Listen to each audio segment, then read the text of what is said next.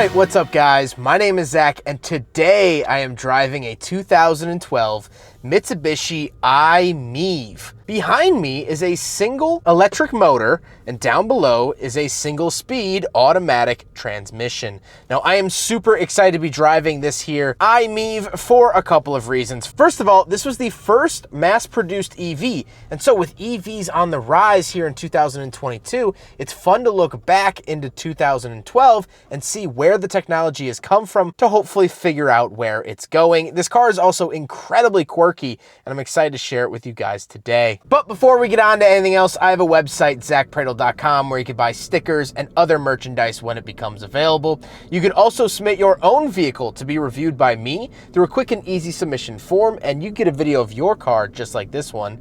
And you could read my behind the scenes blog to see what I'm filming before it comes out on the channel. But let's get back to that single electric motor. Well, it makes 63 horsepower, although 141 foot-pounds of torque, which is fantastic. Of course, because it is an EV, it makes a lot of torque. However, from the factory, it'll get you about 62 miles of range, which is not a lot. And since this car is 10 years old, the owner said that the maximum range it currently gets is about 58 miles on a good day, which means when it starts to get cold, you're gonna start dropping into the mid 50s, high 40s range, which is not really stellar. That wasn't really great with the I-MiEV, or however you want to say it. I'm gonna keep saying it as I-MiEV, and it's a weird name. But the whole point of this car was to be a electric vehicle that people with very short distances to drive could own. And I think it accomplishes that pretty well. All right, we do have a little bit of distance here, so let's give it a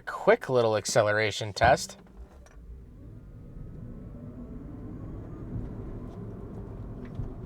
Yeah, you know. This really is an enclosed, pepped up golf cart.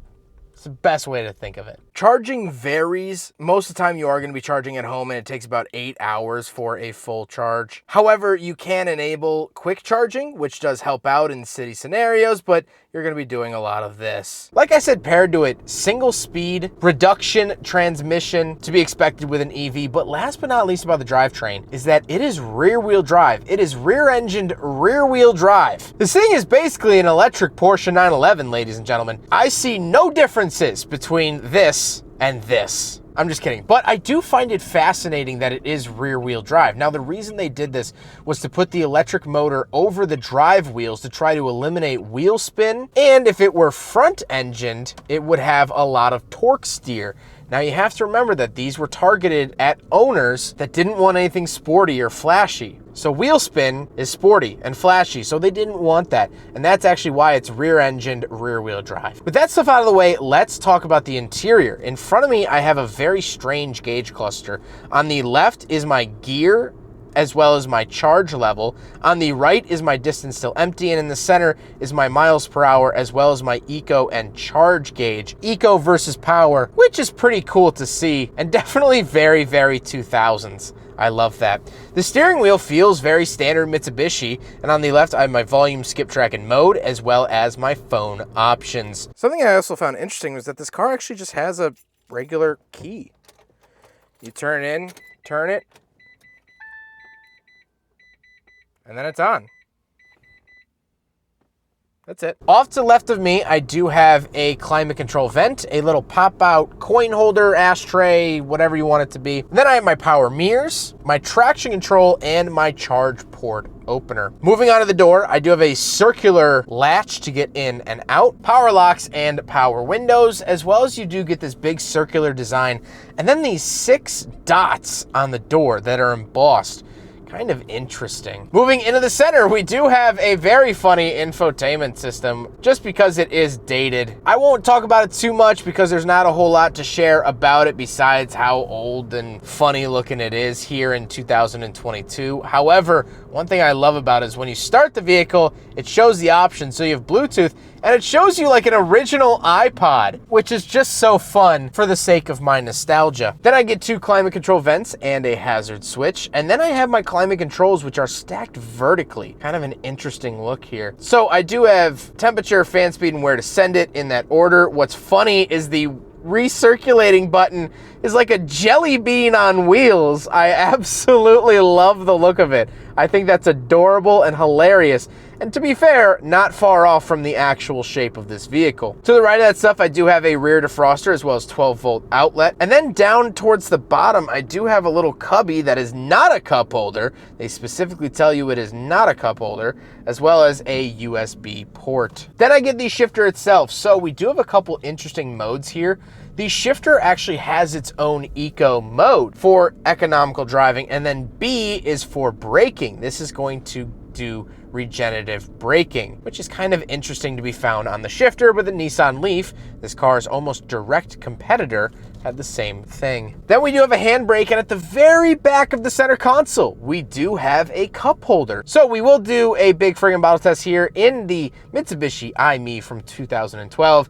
Unfortunately, it does not pass, to be expected. However, I still held out a little bit of hope.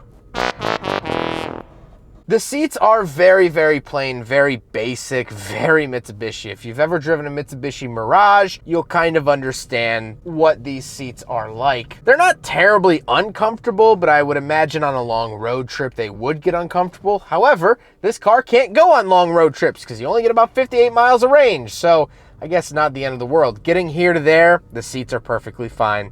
Speaking of seats, however, we do have back seats, so let's go do a back seat review. All right, so we're in the back of the 2012 Mitsubishi I-MiEV, and it's not great. First of all, knee room is fine. Headroom is actually really, really good. That is one of the big selling points of this vehicle, to me at least, is a lot of headroom. If you're above 6 foot, I'm 5'11", you're gonna fit fine in here. If you're pretty tall, you're gonna fit fine. The reason I don't like these back seats is that the seats themselves are pretty hard. And first of all, I am rocking the entire car when I do that.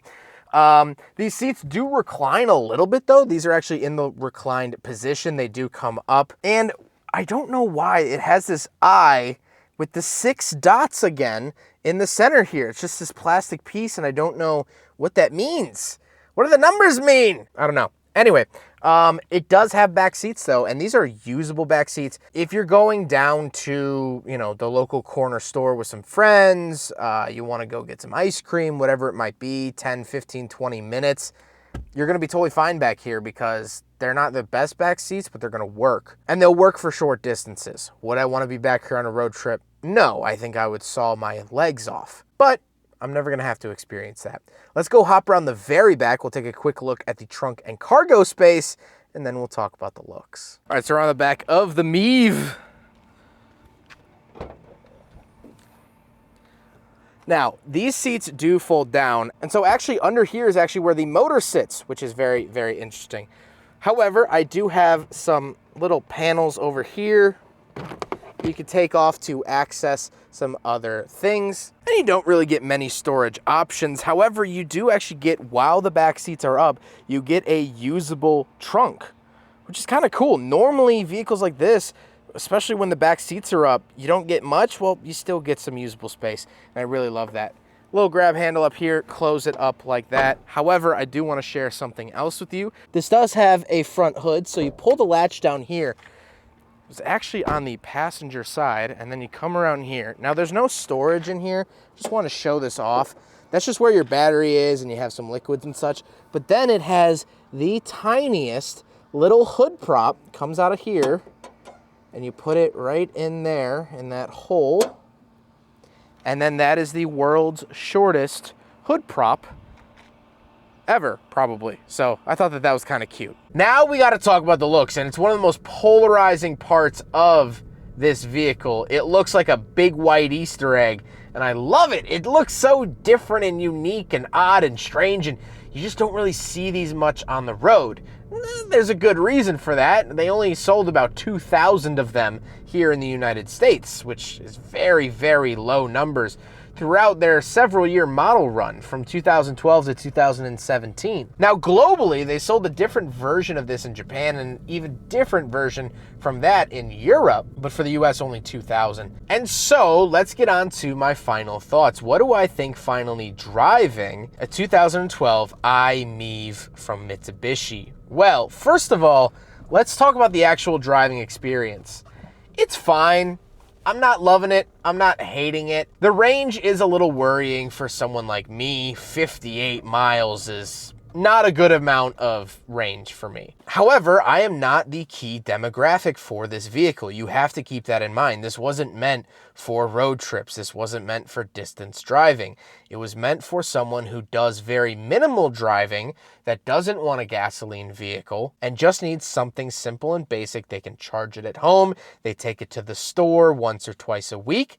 Maybe they work very close to home. They only have a 2, 3, 4, 5 mile commute. This car is perfect for that. And you really feel that in here, is that is very basic transportation. It feels very much like the Mitsubishi Mirage. However, I do want to talk about this vehicle's importance in history. As I mentioned, this is the first mass-produced electric vehicle. Yes, there was Tesla at the same time and the Nissan Leaf at the same time, but they were a little bit after, and their production started a lot slower than this vehicle. And so it's cool to look back because almost every automaker is planning or has some type of EV. It's a big thing right now. Electric vehicles are all the rage. Well, this is one of the original ones. This is one of the OG. This is back when they were very, very strange. Take, for instance, the Hyundai Ioniq that I did early this year. Besides the front grille that looks like a regular Hyundai product, it looks like a Sonata or Elantra. Well, this doesn't. This doesn't look like any Mitsubishi ever built. And actually, technically, this is the first rear-engined Mitsubishi I've ever done. Kind of cool there. And so it's fun to be driving something like this. This is a forefather. This is the genesis of EVs here in America. And I think that that's really, really cool. I also like that these look like these little dancing robots that I had as a kid. Or if you remember the iDog, back in the day, you used to be able to plug your iPod into it and it would dance and change colors and look at you depending on the music. That reminds me a lot of this. And so there's a lot of nostalgia wrapped up in this car. I love the way it looks. I love the way it drives. And I think it's just such an important piece of automotive history. This is the first domino of a domino chain that is still currently falling down. And it doesn't seem like it's going to slow down anytime soon. That's why this car is so cool.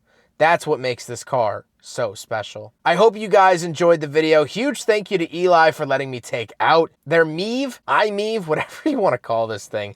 It's ridiculously cool, very, very quirky, and I've seen them before, but never actually spent any time with them. So it was quite the treat to actually get to drive it and spend some time with it. And that was all thank you to Eli. But I hope you guys enjoyed the video. Don't forget to rate the video, comment on the video, and subscribe if you really liked it.